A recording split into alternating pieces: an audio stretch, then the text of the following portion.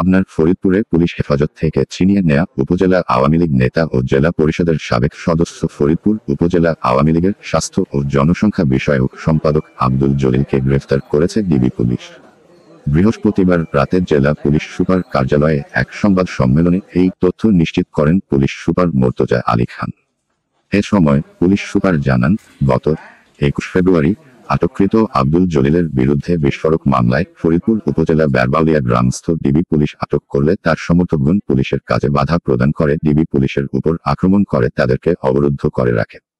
এক পর্যায়ে তারা তাদের হাতে থাকা বাঁশের লাঠি, কাঠের বাটাম, লোহার রড, হাসুয়া, হাতুড়ি, এসএস পাইপ ও দেশীয় অস্ত্রশস্ত্র দ্বারা ডিবি পুলিশ ও থানা পুলিশের সদস্যদের ওপর আক্রমণ করে। আসামিরা বাঁশের লাঠি ও ইট পাকেল দ্বারা রাস্তায় প্রতিবন্ধকতা সৃষ্টি করে আসামি জলিল কে গ্রেফতারে বাধা প্রদান করে জলিল কে ছিনিয়ে নিয়ে ঘটনাস্থল হতে চলে যায়। এ সময় 5 জন পুলিশ সদস্য জখমপ্রাপ্ত হয়। উল্লিখিত ঘটনার প্রেক্ষিতে ফরিদপুর থানার এসআই মোহাম্মদ আল ইমরান বাদী হয়ে ফরিদপুর থানার মামলা দায়ের করেন। পরবর্তীতে জেলা ডিবি পুলিশ, ফরিদপুর থানা পুলিশ এবং সেনাবাহিনী যৌথ অভিযান পরিচালনা করে। তথ্য প্রযুক্তির সহায়তায় পাবনা সদর থানাধীন আলিয়া মাদ্রাসা মোড় সিএনজি স্ট্যান্ড হতে আজ বিকেলে পলাতক আসামি আব্দুল জলিলকে গ্রেফতার করেন।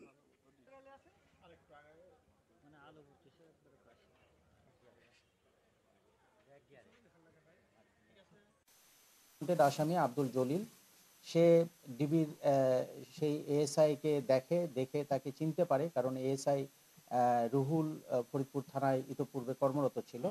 তো চিনতে পারলে সে মনে করে যে তাকে হয়তো ফলো করছে বা তাকে গ্রেপ্তারের জন্যই তারা আসছে।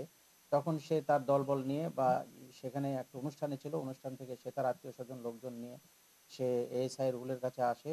এসআই রুহুলকে জিজ্ঞাসা করে তাকে ফলো করা হচ্ছে কিনা, গ্রেপ্তার করা হবে কিনা। তখন রুহুল যেহেতু মাত্র 2 জন ছিল, সেও কথা চালিয়ে যায়। এই কথা চালাচালির এক পর্যায়ে ওখানে প্রায় অনেক লোক জমা হয়, 150 জনের মতো, 100-150 জনের মতো লোক জমা হয়। এর কিছুক্ষণ পরে যখন থানা থেকে টিম আসে, 5 সদস্যের একজন টিম আসে, তখন সেখানে আরও লোকজন জড়ো হয়, প্রায় 200-300 জনের মতো লোক জড়ো হয় এবং তারা মারমুখী অবস্থান নেয় এবং তারা গ্রেপ্তার করতে দিবে না এরকম কথাবার্তা বলে।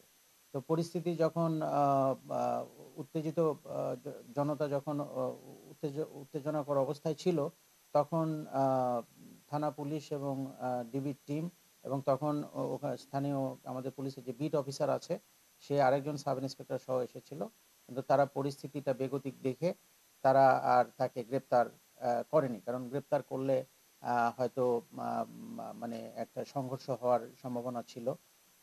এবং যদিও পুলিশ গ্রেপ্তার করেনি, তারপরেও তাদের মারমুখী আচরণের কারণে আমাদের কতিপয় পুলিশ সদস্য তাদের দ্বারা আহত হয় এবং একটা পর্যায়ে তারা ওই বিক্ষুব্ধ জনতা তারা আব্দুল জলিলকে নিয়ে যায় এবং আমাদের পুলিশ তাকে গ্রেপ্তার করতে পারেনি।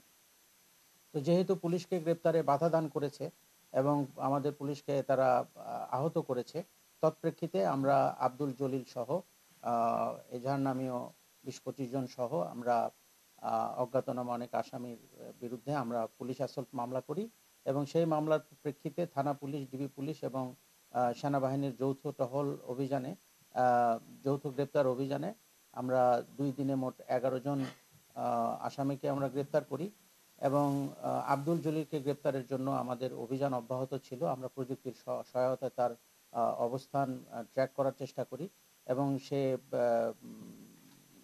ইয়েতে ছিল কয়েকদিন, কিছুদিন 2-1 দিন ছিল ফরিদপুরেই ছিল, তারপরে সে তার লোকেশন আমরা ঢাকায় পাই। এরপরে আমরা তাকে ট্র্যাক করতে থাকি এবং অবশেষে আজকে সে আবার পাবনাতে ফিরলে আমরা আজকে বিকাল 3:30টায় সদর থানার আলিয়া মাদ্রাসা মোড় সিএনজি স্ট্যান্ডে আমরা তার লোকেশন শনাক্ত করি এবং তৎপ্রেক্ষিতে সেখানে অভিযান পরিচালনা করে আমাদের ডিবির টিম তাকে আজকে বিকাল 3:30-4টার দিকে তাকে গ্রেপ্তার করে।